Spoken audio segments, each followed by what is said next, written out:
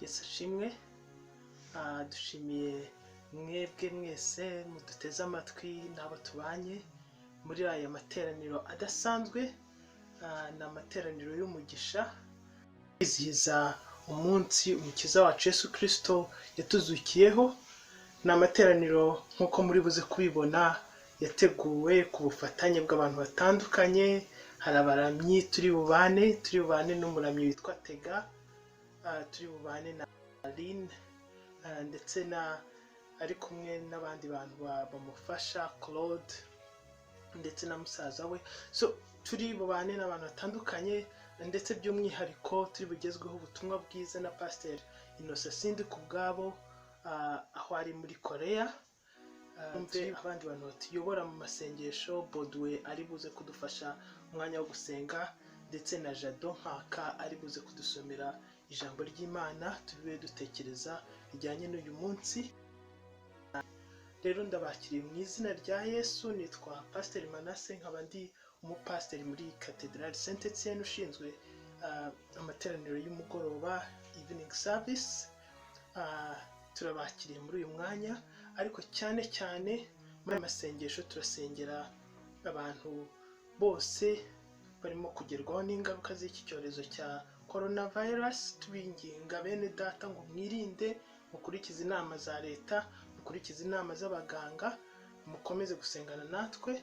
Kandi turibuka abanyarwanda bose bo muri iki gihe, twibuka jenoside yakorewe abatutsi mu 1994 bagorwa n'ibi bihe. Abo yatwaye ababo turabihanganisha kandi turabasengera, Imana bakomeze ibiteho. Reka dusenge.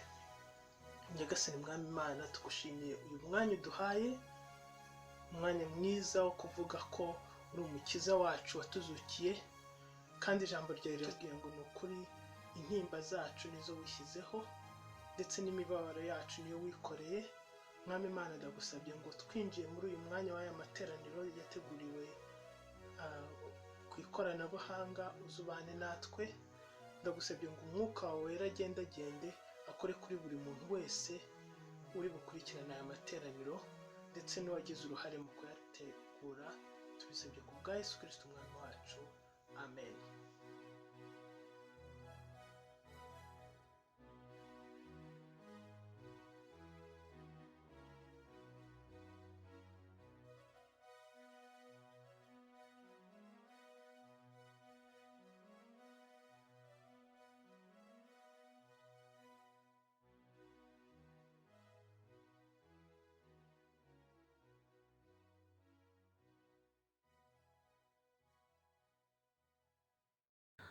Haleluya bene data, mbanje kwifuriza Pasika nziza kuri twese, kandi mbabwira ngo mukomeze gukomera muri ibi bihe turimo twibuka jenoside yakorewe abatutsi mu 1994, kandi twemeze kwirinda coronavirus. Abagezweho nayo mwihangane, ndetse n'abahungabanye kuberayo mukomerere mu mwami Yesu. Tugiye gufatanya indirimbo ya Pasika, indirimbo y'109 mu z'agakiza, mu ndirimbo z'agakiza, za ndirimbo mu gice cy'inyuma mu gitabo cy'indirimbo. Ubwo rero ni karibu tuyifatanye.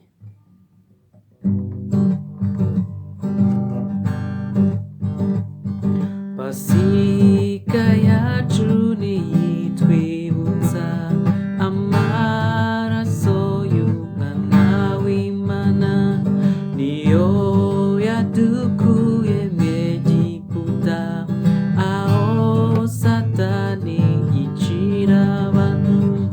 Nimuze twese tumuhimbaze, kuko yemeye kudupfira atyo, yasatuyemo na rwa rusika, yatumye natwe twinjira hera. Getsemani Yesu arasenga ati data niba byashoboka iki gikombe sinkinywereho ariko byose biba uko ushaka nimuze twese tumuhimbaze kuko yemeye kudupfira byo yasatuyemo na rwa rusika yatumye natwe twinjira hera umwami Yesu n'umucunguzi yadupfiriye ku musaraba yavuye kuki ku rukundo rwe rwatumye atanga ubugingo bwe nimuze twese tumuhimbaze kuko yemeye kudupfira atyo yasatuyemo na rwa rusika yatumye natwe twinjira hera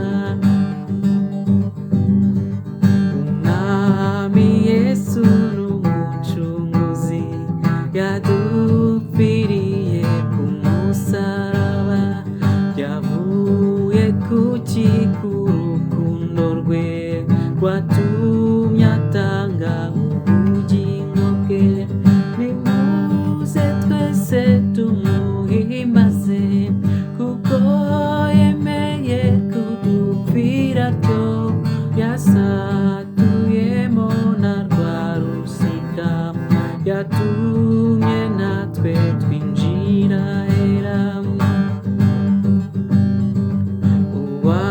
uwagambaniye Yesu Kristo kandi yari uwo mu bigishwa be nyamara yikururiye ishyano yatumye yimanika ku giti nimuze twese tumuhimbaze kuko yemeye kudupfira atyo yasatuyemo na rwa rusika yatumye natwe twinjira hera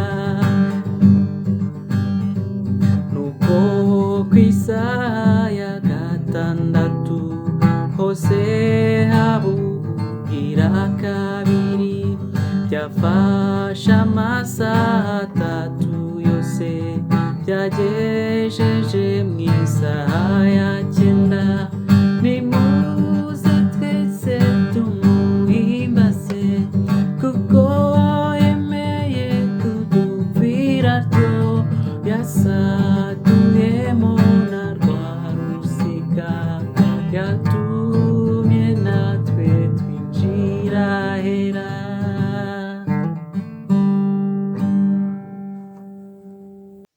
Haleluya banje kubasuhuza mu izina rya Yesu Kristo mbifuriza na Pasika nziza tugiye gusoma igice cy'uyu munsi dusanga mu butumwa bwiza bwanditswe na Yohana turasoma igice cya 20 tuhera ku murongo wa 9 tugeze ku wa 18 reka dusome kuko bari bataramenya ibyanditswe ko akwiriye kuzuka maze abigishwa basubirayo bajya iwabo ariko Mariya yari ahagaze ku gituro arira akirira arunama arunguruka mu gituro abona abamarayika babiri bambaye imyenda yera bicaye umwe ku musego n'undi ku mirambizo aho intumbi ya Yesu yari yarashyizwe baramubaza bati mugore urarizwa n'iki arabasubiza ati nuko bakuyemo umwami wanjye nanjye sinzi aho bamushyize amaze kuvuga atyo arakebuka abona Yesu ahagaze ariko ntiyamenya ko ari we Yesu aramubaza ati mugore urarizwa n'iki urashaka nde yibwira ko ari umurinzi w'agashyamba aramubwira ati mutware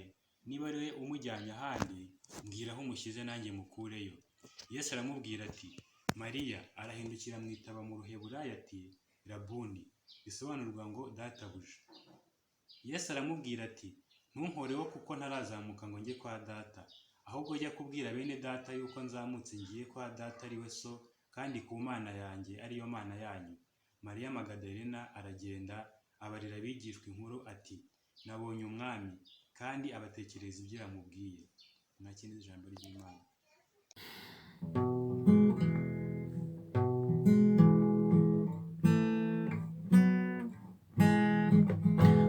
watubereye ubwugamo Yesu ntitwabona uko tubivuga watubereye ubwugamo Yesu ntitwabona uko tubivuga watubereye ubwugamo Yesu ntitwabona uko tubivuga watubereye ubwugamo Yesu ntitwabona uko tubivuga watubereye ubwugamo Yesu ntitwabona uko tubivuga watubereye ubwugamo Yesu ntitwabona uko tubivuga imvura yaraguye imivu iratemba ntibyatembana ubuzima bwacu imvura yaraguye imivu iratemba ntibyatembana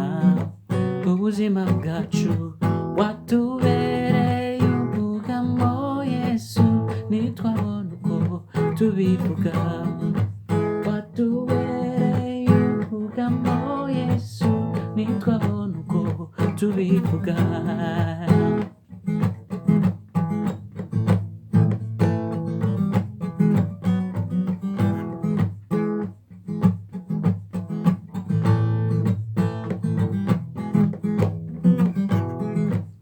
watubereye ubwugamo Yesu ntitwabona uko tubivuga watubereye ubwugamo Yesu ntitwabona uko tubivuga watubereye ubwugamo Yesu ntitwabona uko tubivuga watubereye ubwugamo Yesu ntitwabona uko tubivuga imvura yaraguye imivu iratemba ntibyatembana ubuzima bwacu imvura yaraguye imivu iratemba ntibyatembana ubuzima bwacu watubereye ubwugamo Yesu ntitwabona uko tubivuga.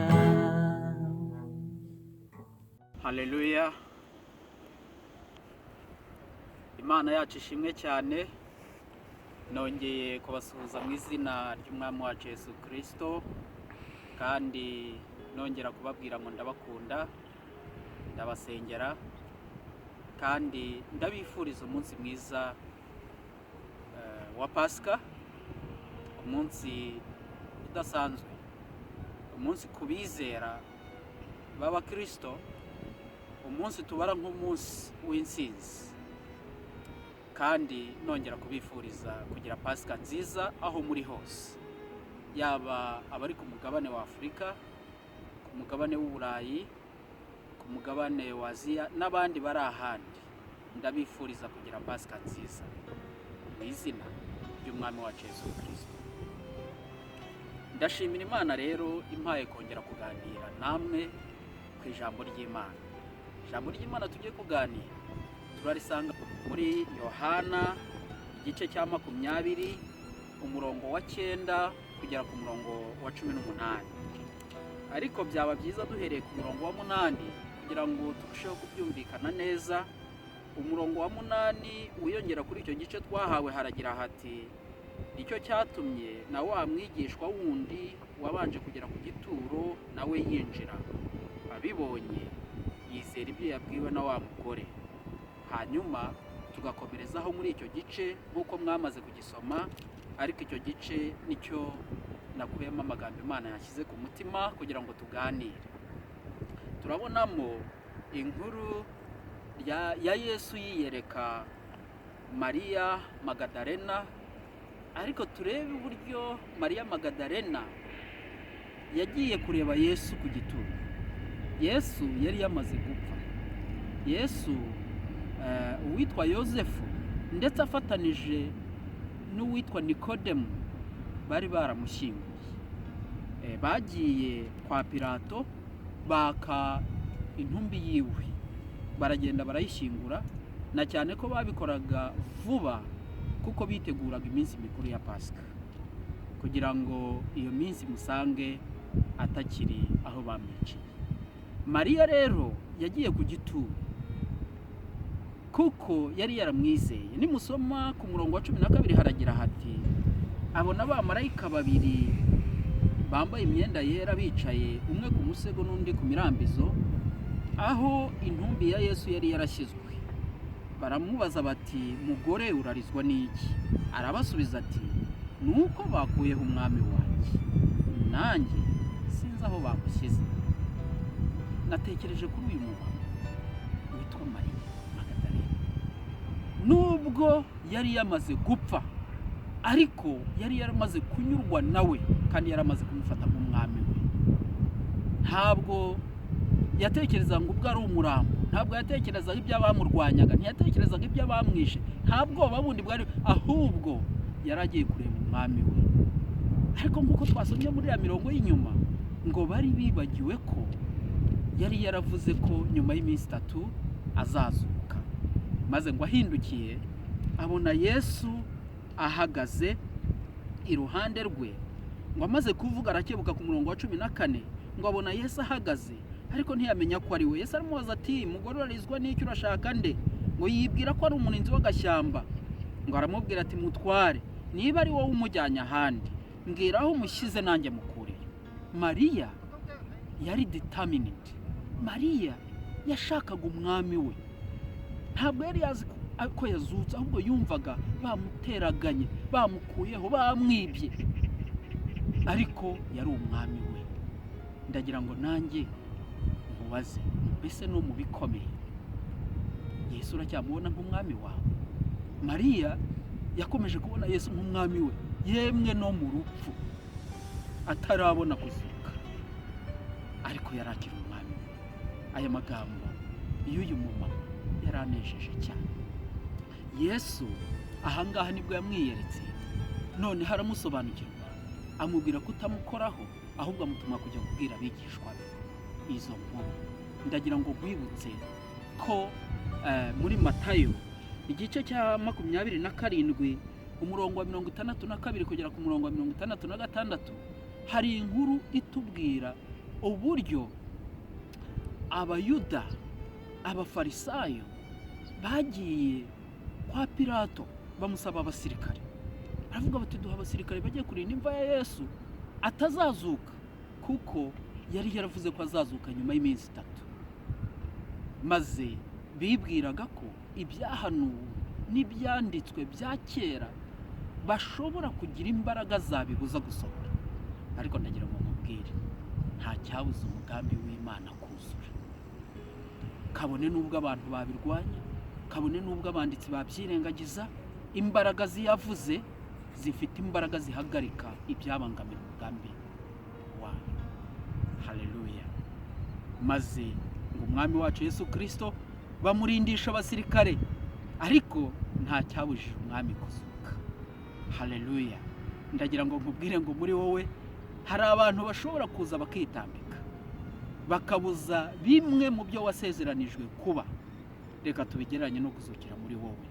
Aharaho ufite ibibazo, aharaho umutima wawe urananiwe, aharaho ufite amarira, ibuka ngo hari umwami wawe, kandi wa mwami ntabwo akiri mu rupfu, ahubwo wa mwami yarazutse kandi yaranesheje.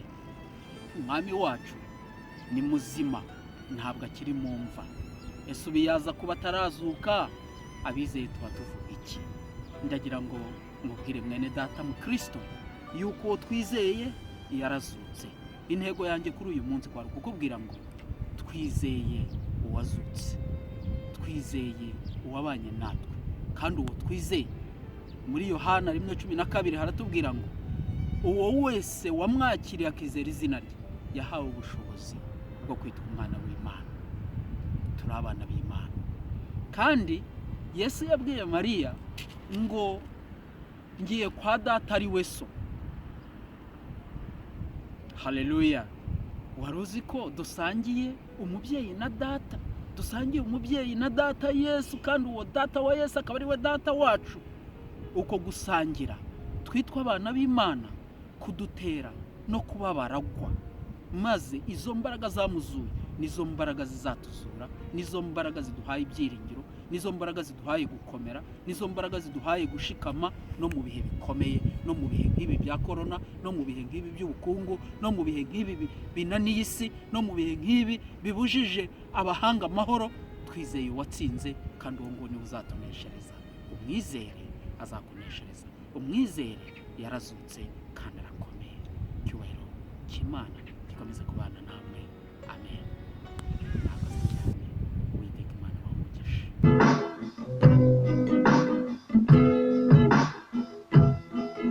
Yambwiye ko ntacyo nzaba turi kumwe nayo,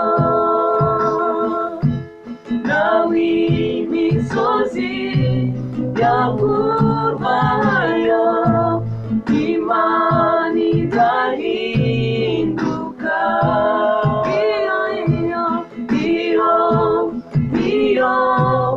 Iyo yonyine Mana yo kwizerwa.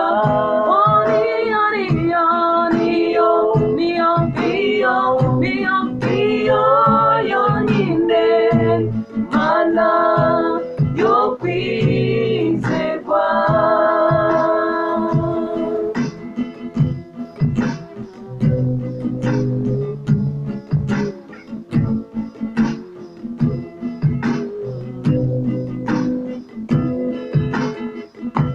Nzavuga iyo neza, nzavuga iyo neza, nzavuga iyo neza nyirimo,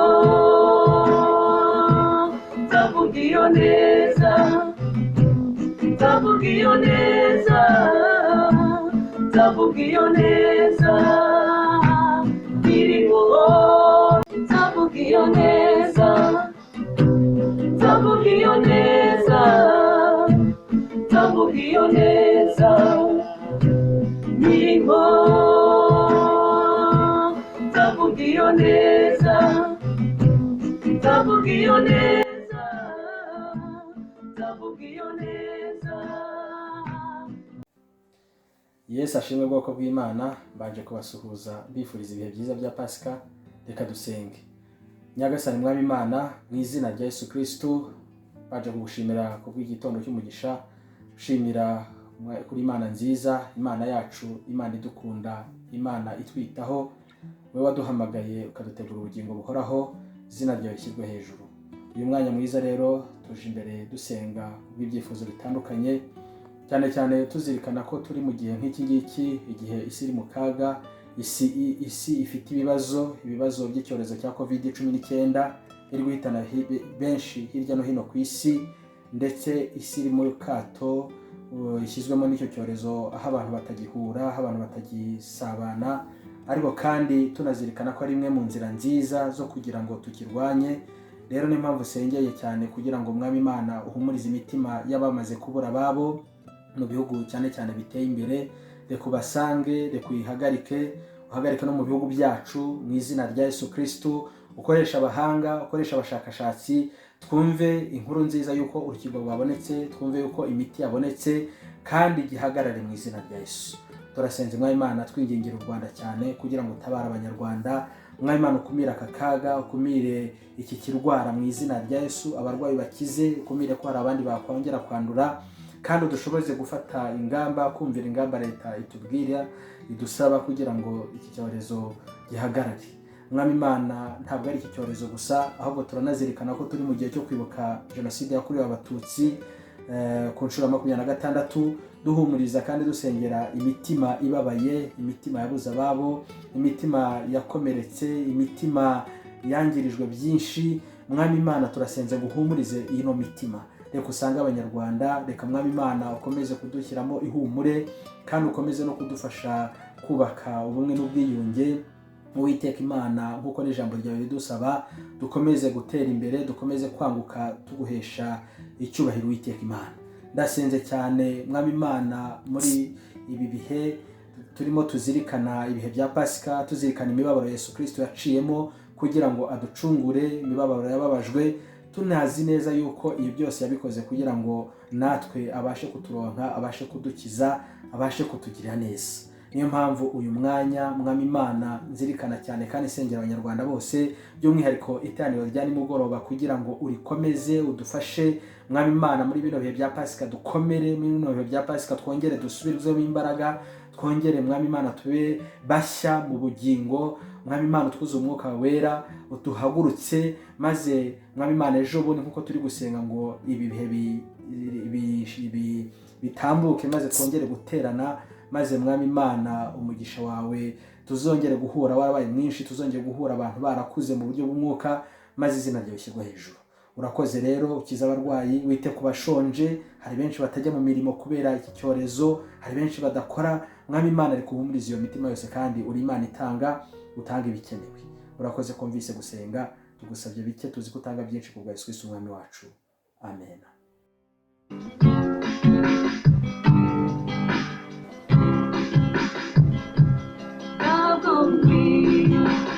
Kujya niganyira nibaza uko ejo nzaba merewe,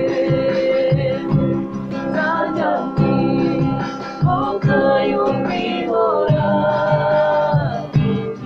imenye ibyo byose uko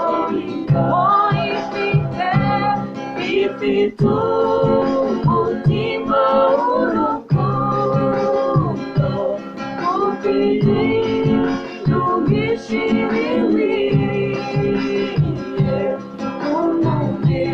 umunezero n'umubabaro, byose bizaniye amahoro, umunezero n'umubabaro, byose bizaniye umunezero n'umubabaro, byose